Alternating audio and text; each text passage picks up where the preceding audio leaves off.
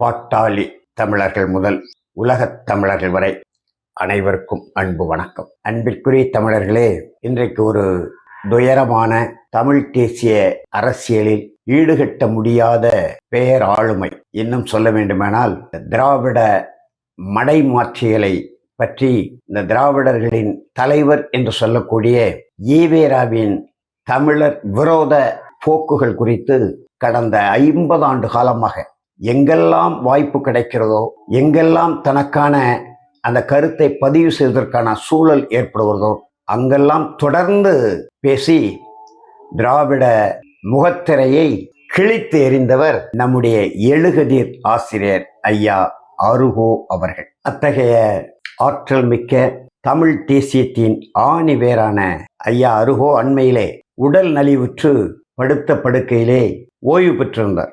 ஒரு 20-25 நாட்களுக்கு முன்பு நாம் தமிழர் கட்சியினுடைய தலைமை ஒருங்கிணைப்பாளர் அன்பிற்குரிய தம்பி செந்தமிழர் சீமான் அவர் இல்லம் சென்று ஐயாவை பார்த்து உடல்நலம் உசாவி விட்டு வந்த சமூக வலைதள பதிவுகளை பார்த்து கடந்த 21ஆம் நாள் ஞாயிற்றுக்கிழமை நானும் ஐயா அவர்கள் கோடம்பாக்கம் இல்லம் சென்று அவர் சந்தித்து நலம் உசாவி விட்டு வந்தேன். சென்னையிலிருந்து நெல்லை திரும்பி கொண்டிருந்த சூழலில் ஐயாவுடைய அந்த இறப்பு செய்தி நெஞ்சை உலுக்கியது.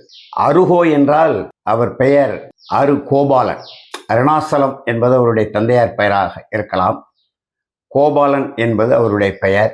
1960களிலே தமிழர் தந்தை சீபா ஆதித்தனார் தொடங்கிய நாம் தமிழர் இயக்கத்தின் முதல் பொதுச் செயலாளர் அவர்தான். அந்த அளவுக்கு ஆற்றலுக்காக அருந்தமிழில் பேசக்கூடிய வல்லமை படைத்தவர். தமிழ், தமிழினம், தமிழ்நாடு, தமிழ் ஈழம் என்று அவர் ஒரு இலக்கு வைத்துக்கொண்டு களமாற்றிய காலம் அது. தமிழர் தந்தை சீபா ஆதித்தனார் அவர்கள் நம்முடைய ஐயா அருகோ தொடர்பான இரங்கல் அறிக்கையில் பாட்டாளி மக்கள் கட்சியினுடைய நிறுவனர் தலைவர் தமிழின போராளி மருத்துவர் ஐயா அவர்கள் சொன்னதை போல மூவேந்தர் ஆண்ட முத்தமிழ்நாட்டின் அடையாளங்களாக 3 தமிழர்களை தமிழர் தந்தை சீபா ஆதித்தனார் அன்றைக்கு கண்டெடுத்து ஊக்கமூட்டி தமிழ் தேசிய அரசியலை வளர்த்து வந்தார்.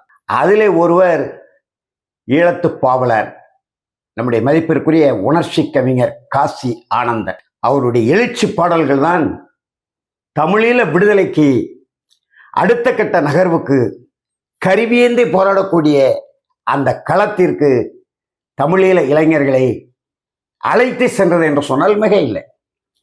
அப்படிப்பட்ட உணர்ச்சி கவிஞர் காசியானந்தன் பச்சையப்பன் கல்லூரியில் படிக்கிற பொழுது அவரை அடையாளம் கண்டு தேர்வு செய்து உணர்ச்சி கவிஞர் என்கின்ற அந்த பட்டப்பெயரை தமிழர் தந்தை சீபா ஆதித்தனார் அவர்கள் வழங்கியதான்.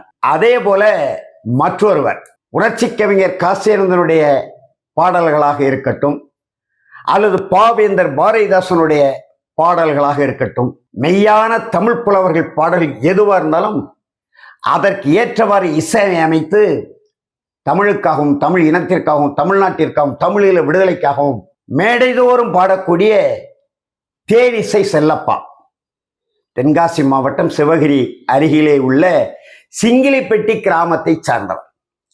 அந்த தேனிசை செல்லப்பாவினுடைய அந்த தமிழிசையை கேட்டுதான் அவருக்கு தேனிசை என்று பட்டம் கொடுத்து வளர்த்தெடுத்தார் நம்முடைய தமிழர் தந்தை நம்முடைய ஐயா ஆதித்தனார் அவர்கள்.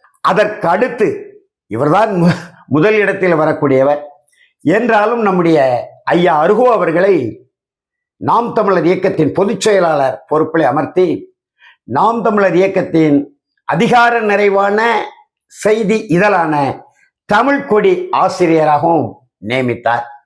1967 நாம் தமிழர் இயக்கம் திராவிட முன்னேற்ற கழகத்தோடு கூட்டு வைத்து ஐயா ஆதித்தனார் வெற்றி பெற்று அவைத்தலைவராக, பேரவைத் தலைவராக, பின்னாளிலே அமைச்சராக பதவி வகிக்க வேண்டும், அதன் வழியாக தமிழ்நாட்டு மக்களுக்கு நல்லது செய்ய வேண்டும் என்கின்ற எண்ணத்திலே அறிஞர் அண்ணாவோடு இணைந்த போது நம்முடைய ஐயா அருகோ அவர்கள் இணைய மறுத்து விட்டார்.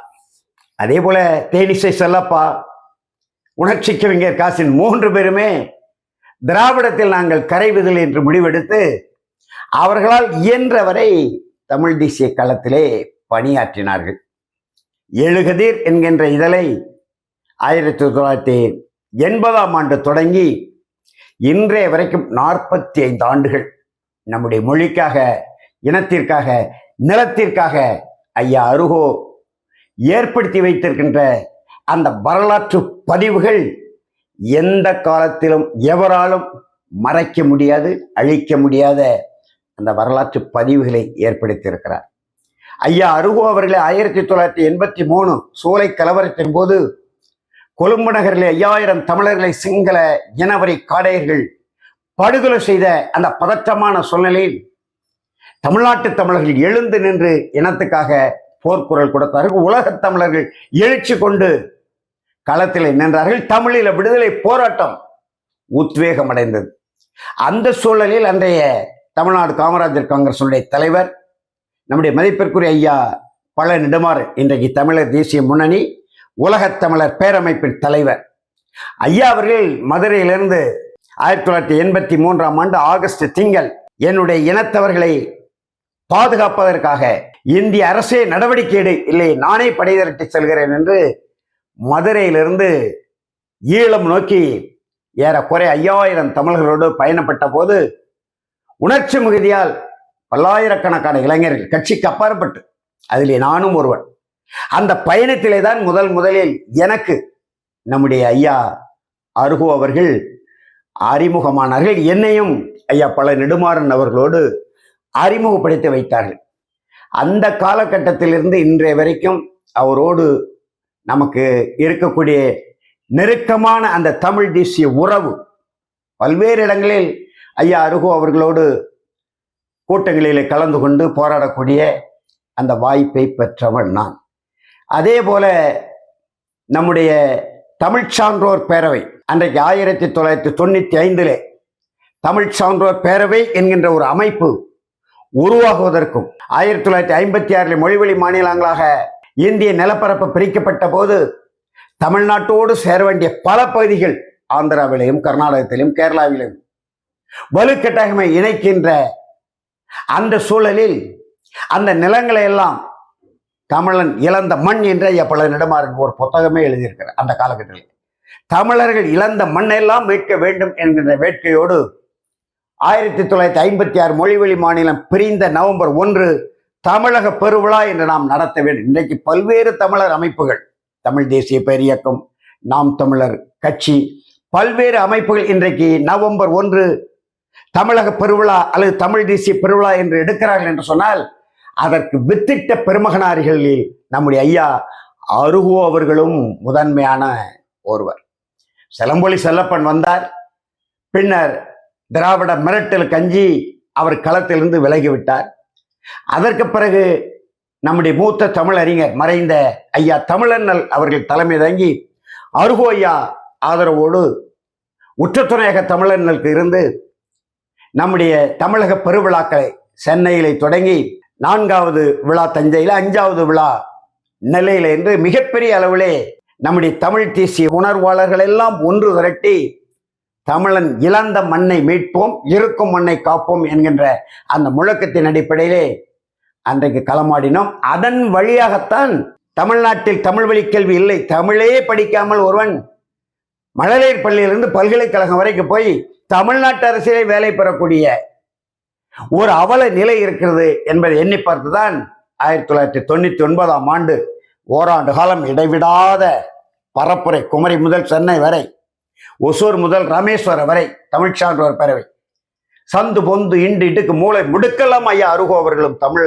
அண்ணல் அவர்களும் ஐயா அருணாசலனார்களுடைய அந்த ஏற்பாட்டிலே தமிழ் வழி கல்வி தொடர்பான மிகப்பெரிய அளவை பரப்புரை செய்து 99ஆம் ஆண்டு ஏப்ரல் திங்கள் வள்ளுவர் கோட்டத்தின் முன் 102 தமிழ் உணர்வாளர்கள் எங்கள் உயிரை தருகிறோம், தமிழ் வழி கல்வியை தாய் தமிழ்நாடு அரசு என்று அன்னைக்கு முதலமைச்சர் முத்தமிழ் அறிஞர் என்று சொல்லக்கூடிய மறைந்த ஐயா கலைஞர் மு கருணாநிதி, அவருக்கு பக்கத்திலே தமிழ் வளர்ச்சித்துறை அமைச்சர், நம்முடைய தனித்தமிழ் இயக்க பாசறையில் வளர்ந்தவர், தென்மொழி அறிமுகப்படுத்தியவர் முனைவர் தமிழ் குடிமகனார் தமிழ் வளர்ச்சித்துறை அமைச்சராக இருந்து அந்த போராட்ட களத்திற்கு வந்து பேச்சுரை நடத்தி நீதியரசர் சா மோகன் தலைமையிலே ஒரு ஆணையம் போட்டு தமிழ் வழி கல்வி நாங்கள் உறுதி செய்கிறோம். 42,000 அரசு தொடக்க பள்ளிகள், நடுநிலை பள்ளிகள், மேல்நிலை பள்ளிகளில் நாங்கள் உறுதி செய்கிறோம். படிப்படியாக உயராய்வு பட்டப்படிப்பு வரை, அதாவது மழலையர் பள்ளி முதல் உயராய்வு பட்டப்படிப்பு வரை தமிழ் வழி கல்வி தருகிறோம் என்று அரசிடம் அன்றைக்கு ஒரு எழுத்துப்பூர்வமான வாக்குறுதியை பெற்ற அந்த தமிழ் சான்றோர் பேரவையில் மிகப்பெரிய பங்களிப்பை நல்கியவர் நம்முடைய ஐயா அருகோ அவர்கள். ஈழத்தமிழர்களுக்காக, தமிழீழ விடுதலைக்கு ஆதரவு கேட்டு 1972ஆம் ஆண்டு நம்முடைய ஈழத்து காந்தி என்று சொல்லக்கூடிய தந்தை செல்வா தமிழ்நாடு வந்தபோது, நாவலர் அமிர்தலிங்கம் அவர்களோடு தமிழ்நாடு வந்தபோது தந்தை செல்வாவை தமிழ்நாட்டு தலைவர்கள் அனைவரிடமும் அழைத்து சென்றவர்களில் முதன்மையான இடத்தை பெற்றவர் நம்முடைய ஐயா அருகோ.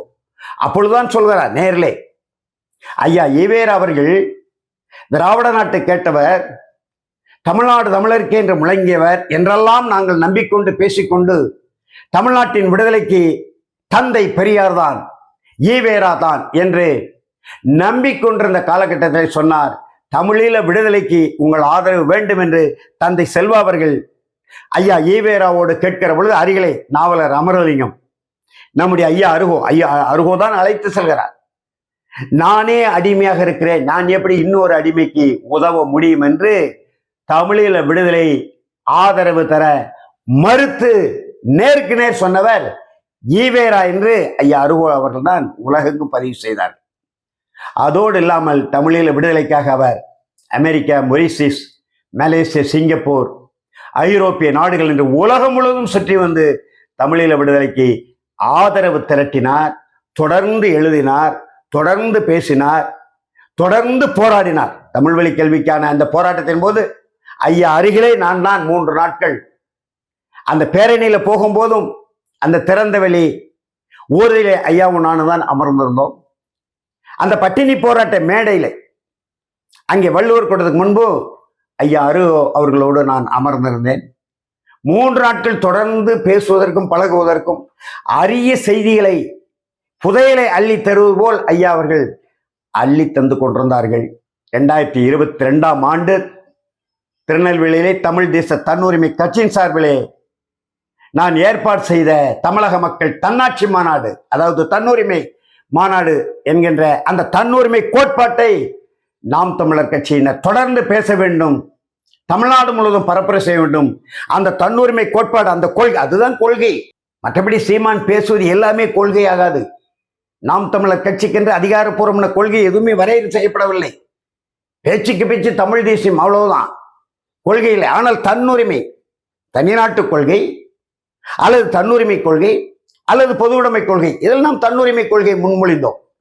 ஏற்கனவே தனிநாட்டு கோரிக்கை என்கிறத அடைந்தால் திராவிட நாடு, அடையாவிட்டால் இடுகாடு என்கிற எல்லாமே இடுகாட்டுக்கு போன பிறகு மீண்டும் அப்படி ஒரு கோரிக்கை வைத்து அது பிசு போகக்கூடிய நிலையிலே மொழிவழி தேசிய இனங்களின் தன்னுரிமை கோட்பாடு, சுய நிர்ணய உரிமை கோட்பாடு, வெட்டிக்கொள்ளும் உரிமையுடன் ஒட்டிக்கொள்வோம் என்ற அடிப்படையிலே தமிழ்நாடுக்கு, தமிழ் தேசிய மக்களுக்கு தன்னுரிமை வேண்டும் என்கின்ற அடிப்படையிலே அந்த மாநாட்டை ஏற்பாடு செய்தேன். ஐயா அருகோ அவர்களும் வந்து மிக சிறப்பான ஒரு உரையை நிகழ்த்தினார்கள். அவரை ஒற்றி நம்முடைய தம்பி செந்தமிழர் சீமான், நாம் தமிழர் கட்சியின் தலைமை ஒருங்கிணைப்பாளர், அவரும் மிக சிறப்பாக பேசினார். அந்த பேச்சை தமிழ்நாடு முழுவதும் அதைத்தான் பேச வேண்டும். அந்த தன்னுரிமை கோட்பாட்டின் அடிப்படையில் தான் தமிழக மக்களை அணிதிரட்ட வேண்டும். ஒரு ஜனநாயக புரட்சியின் மூலம் தன்னுரிமை கோட்பாட்டுக்கு வலிமை சேர்க்க வேண்டும். இழந்த உரிமைகள் அனைத்தையும் மீட்க வேண்டும் என்ற அடிப்படையிலே அந்த மாநாட்டை கூட்டி தமிழ் சான்றோர்களை பேச வைத்தேன், செந்தமிழர் சீமானை பேச வைத்தேன், நம்முடைய ஐயா அருகோவை பேச வைத்தேன். அதே போல இன்றைக்கு நாம் தமிழர் கட்சியின் மாநில ஒருங்கிணைப்பாளர்கள் ஒருவராக இருக்கக்கூடிய இயக்குனர் சோழர் களஞ்சியத்தை பேச வச்சேன். எத்தனையோ பேரை பேச வைத்தேன். ஆனால் மாநாட்டில் பேசியதோடு நிறுத்தி கொண்டார்கள், அடுத்து பேசவில்லை. ஐயா அருகோ அவர்கள் தான் தொடர்ந்து பேசினார்கள். அத்தகைய ஆளுமை மிக்க, பேராளுமை மிக்க தமிழர் தந்தை சீபா ஆதித்தனார் அவர்களால் அருகோ என்று அழைக்கப்பெற்ற எழுகதிர் ஆசிரியர், எழுகதிரோன் என்று சொல்லலாம். தமிழ் தேசியத்தின் ஆணி வேர்களில் முதன்மையான வேர் என்று நான் இவ்வளவு காலம் சொல்லி வந்த இரண்டு பேர்கள் தான் இருக்கிறார்கள். ஒருவர் நம்முடைய ஐயா அருகோ, மற்றொருவர் நம்முடைய ஐயா தலைவர் பழ நெடுமாறன். தமிழ் தேசியத்தின் ஆணி வேர்கள்.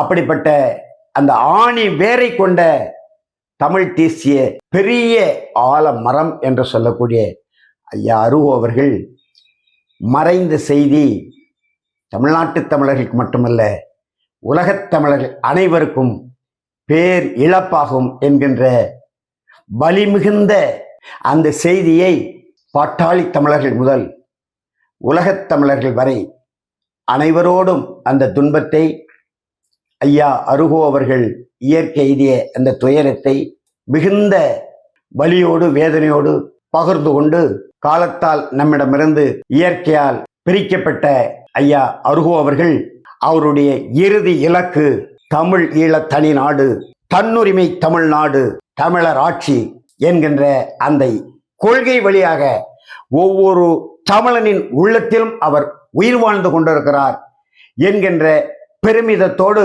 அவர் இட்டு சென்ற பணிகளை தொடர்ந்து அவர் காட்டிய வழியிலே சென்று நாம் நம்முடைய இறுதி இலக்கை அடைய அனைவரையும் வேண்டி, செம்மாந்த தமிழ் தேசிய கள போராளியான தமிழ் தேசியத்தின் ஆணி வேரான ஐயா அருகோ அவர்களுக்கு என்னுடைய கண்ணீர் கலந்த புகழ் வணக்கத்தை செலுத்தி விடைபெறுகிறேன். வணக்கம்.